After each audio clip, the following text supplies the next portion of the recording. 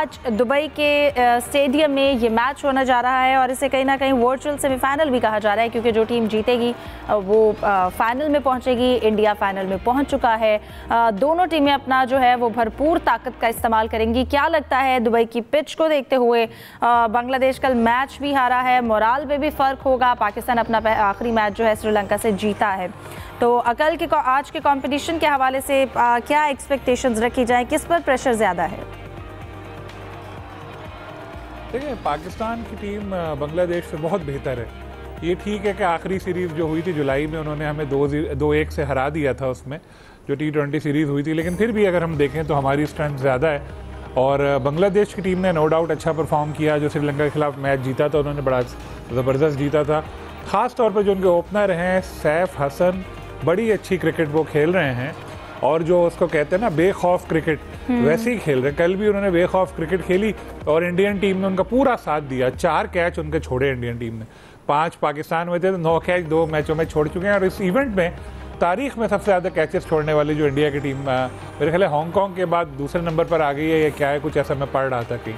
तो बांग्लादेश की टीम ने कम से कम बॉलिंग में बेहतर परफॉर्म यूँ किया था कि एक वक्त लग रहा था कि इंडिया 200 प्लस जाएगा, लेकिन फिर उन्होंने कम बैक करते हुए उनको कंटेन किया। बैटिंग में शुरू में स्टार्ट अच्छा था, लेकिन ज़ाहिर है हमें यही आइडिया था कि इंडियन बॉलिंग काफ़ी स्ट्रॉन्ग है, वो उनको कंट्रोल कर लेंगे। वही हुआ, स्पिनर्स के बल पे उन्होंने कंट्रोल कर लिया।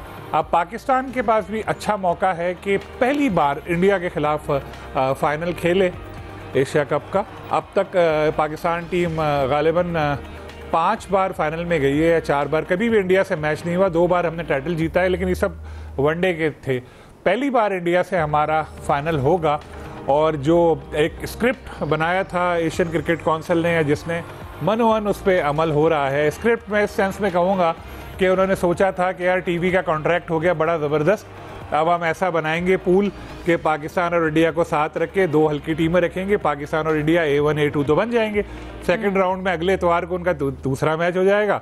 बाद में फिर इंडिया तो पहुंच जाएगी, शायद पाकिस्तान भी पहुंच जाए, तो तीसरा मैच हो जाएगा। तो अब इम्कान यही है कि जो स्क्रिप्ट था पूरा अमल उसमें हो रहा है। वारे न्यारे इंडियन क्रिकेट बोर्ड के भी as a host, Asian cricket council के भी, इंडियन ब्रॉडकास्टर के भी, और अगर पाकिस्तान ने इंडिया को हरा दिया तो पाकिस्तान के भी। तो अब तक अच्छा सिग्नल है। वैसे आपस की बात है हिफ्जा, अगर पाकिस्तान पहुंच गया फाइनल में तो वाकई बड़ी हमें भी हैरत होगी कि इस पूरे टूर्नामेंट में हम लोग क्रिटिसाइज ही करते रहे अपनी टीम को, क्योंकि हमारी टॉप ऑर्डर बैटिंग बुरी तरह नाकाम रही थी, हमारी बॉलिंग भी एवरेज रही, लेकिन फिर भी अगर हम फाइनल पहुंचेंगे बहुत बड़ा एक बात होगी। तो आई होप आज हमारी टीम आसानी से ज़ेर कर लेगी बांग्लादेश को, और पहली बार इतवार को लोगों को देखने को मिलेगा इंडिया वर्सेस पाकिस्तान फाइनल। बिल्कुल, हम उम्मीद करते हैं, लेकिन उसके लिए फ़ाइनल में पहुंचने से पहले जाहिद साहब आज का इम्तिहान जो है पाकिस्तान का उसको जीतना बहुत ज़रूरी है। सैफ हसन की विकेट हमारे लिए कितनी ज़रूरी है? अब तक बांग्लादेश की तरफ से इस टूर्नामेंट में सबसे ज़्यादा उन्होंने रन्स बनाए हैं, 160, एक अच्छी फॉर्म में है। तो ऐसी विकेट्स, तौहीद हरीदौआ की बात करें तो आपको क्या लगता है ये विकेट्स लेना जल्दी पाकिस्तान के लिए कितना ज़रूरी है? क्या स्ट्रैटेजी होनी चाहिए हमारी बॉलिंग की? देखें हिफ्जा, पहले तो दोनों टीमों का थोड़ा सा कंपैरिजन आपको बताऊं कि आज तक बांग्लादेश की टीम जो है वो बांग्लादेश के बाहर पाकिस्तान से T20 नहीं जीत सकी। सिर्फ एक मैच जीता था जो एशियन गेम्स में हुआ, वहाँ पाकिस्तान की B टीम गई थी। तो इसके अलावा 4 मैचेस जीते हैं, टोटल 5, और वो चारों मैच उन्होंने ढाका में जीते हैं, मीरपुर में, यानी अपने होम ग्राउंड पर अपनी कंडीशंस में। और जो पिछली सीरीज़ थी वो साहबजादा फरहान ने जो तीसरे मैच में 63 रन गलबन बनाए थे, उसके सबब और पाकिस्तान की बैटिंग चल निकली थी, पाकिस्तान जीत गया था। अलबत्ता 2 पहले मैच बांग्लादेश जीता था, जिसमें आपको याद होगा पहले मैच में 15 रन पे पाकिस्तान की 5 विकेटें भी गिर गई थी। तो बाहर देखा जाए बांग्लादेश से बाहर तो पाकिस्तान और बांग्लादेश का कंपैरिजन बनता नहीं है। पाकिस्तान बहुत मजबूत दिखाई देता है, लेकिन हालिया दिनों में बांग्लादेश की टीम अच्छा खेल पेश कर रही है। फिर अच्छा खेल पेश करने के साथ साथ जो पाकिस्तान का ट्रैक रिकॉर्ड है वो कभी कभी हमें डरा देता है कि कभी जो है वो आसमान को छूती हुई दिखाई देती है और कभी ज़मीन पर गिर पड़ती है। और गैर यकीनी की सूरत हाल में बहरहाल मोहतात होकर खेलना होगा पाकिस्तानी टीम को, ईजी नहीं लेना होगा। डू और डाई मैच है और जो टीम जीतेगी वो ज़ाहिर फाइनल में जाएगी और हारने वाली वापस अपने घर जाएगी। पिछले मैच में जो इंडिया के साथ हुआ, इन्होंने लिटन दास इनके जो कैप्टन हैं वो अनफिट थे, फिटनेस मसाइल की वजह से उनको बाहर बिठाया, लेकिन 4 चेंजेस कर दिए उस टीम में। हो सकता है उनके जहन में आज हो कि जिनको बाहर बिठाया था और पाकिस्तान को वो ज़्यादा इस लिहाज से अहमियत देते हों कि पाकिस्तान के साथ ज़रा ज़्यादा जोर लगाएंगे, मैच जीत जाएंगे, क्योंकि इंडिया के ख़िलाफ़ तो गालबन शायद आज तक वो 1 मैच जीते हैं। और लेकिन जिनको उन्होंने पार्ट टाइम शामिल किया था, तंजीम साकिब, रिशाद हुसैन, उन्होंने अच्छा खेल पेश किया। अब जो आपने कहा कि सैफ की विकेट या किसकी भी विकेट लेनी, ये डिपेंड करता है टॉस जीत के कौन सी टीम पहले बैटिंग करती है, क्योंकि यहाँ का जो ट्रैक रिकॉर्ड है वो चेज़ करने में ज़्यादा बेहतर है। 168 भी, 171 रन भी यहाँ पे चेज़ हुए हैं और एक अच्छा मुकाबला देखने की तवक्को की जाती है, क्योंकि बांग्लादेश की फील्डिंग काफ़ी अच्छी है। पाकिस्तान को भी फील्डिंग पे तवज्जो देनी होगी और बाकी तो यहाँ पे जो रद्द अमल है आपको पता लोगों का डिफरेंट है। तीसरी दफ़ा वो इंडिया का सामना करना चाहते हैं, नहीं करना चाहते, लेकिन हम तवक्को करते हैं आज बांग्लादेश से पाकिस्तान जीतेगा और एक दफ़ा फिर जो है सबको फाइनल में पाक भारत मैच जो है देखने को मिलेगा।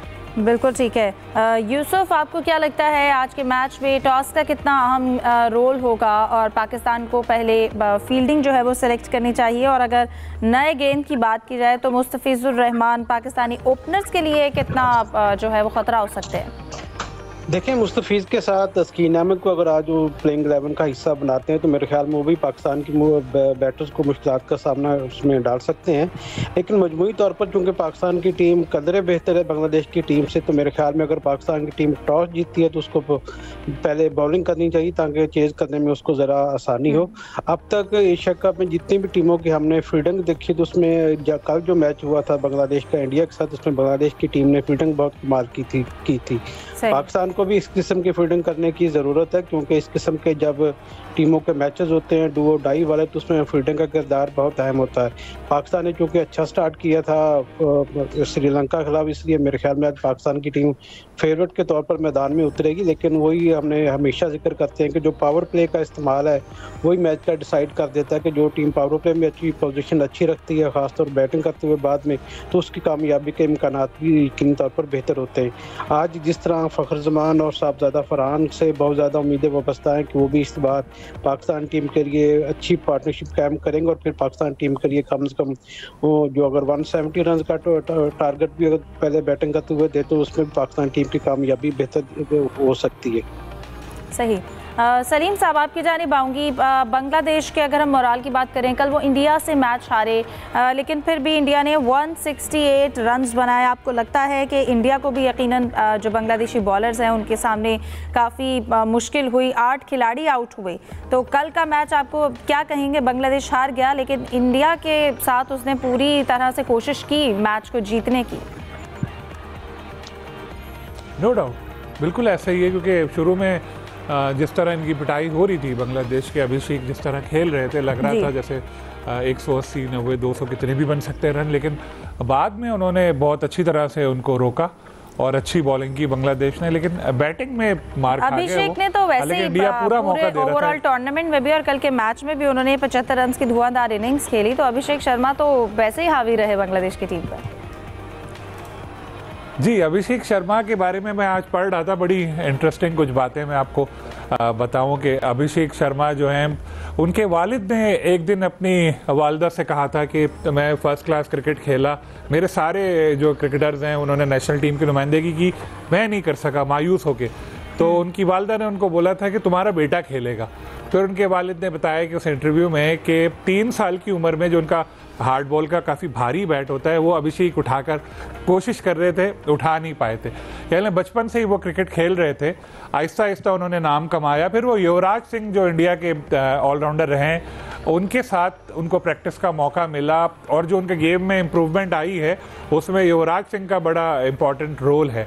और अब वो देखें कि इस इवेंट के सबसे टॉप स्कोरर हैं।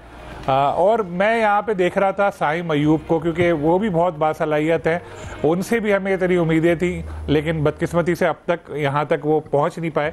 लेकिन बहरहाल साहबजादा फरहान ने बेहतर परफॉर्म किया है, नंबर 2 पे वही हैं, नंबर 3 पर है, नंबर 2 पे तो अब सैफ आ गए, 4 रन का ही दोनों में फ़र्क है। तो हमारा जो आज मैच है इसमें हमारे ओपनर साहबजादा, उनके ओपनर सैफ, इनका बड़ा इंपॉर्टेंट रोल होगा अगर हम फॉर्म को देखें। लेकिन साहबजादा को एक चीज़ देखनी पड़ेगी कि यार ये 30, 40, 50 करके तुम्हें वापस नहीं जाना। ये T20 क्रिकेट में भी अब बड़ी इनिंग्स देखने में आ रही है, 120 भी करते हैं लोग, 130 भी करते हैं। कोशिश तो करो, यहाँ कंडीशंस ऐसी नहीं है, लेकिन चलो 80-90 तो करो।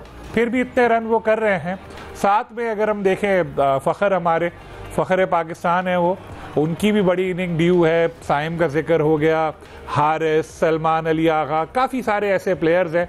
अब उम्मीद ही है कि आज चल जाएं ये, और फिर कल जब हम इतवार वाले दिन हम फाइनल खेलने का मौका मिले, फिर ऐसी कोई परफॉर्मेंस सामने आए और फिर क्या ही ज़बरदस्त मनाजिर होंगे उस वक्त। मैं तो बस ये सोच रहा हूँ। बिल्कुल।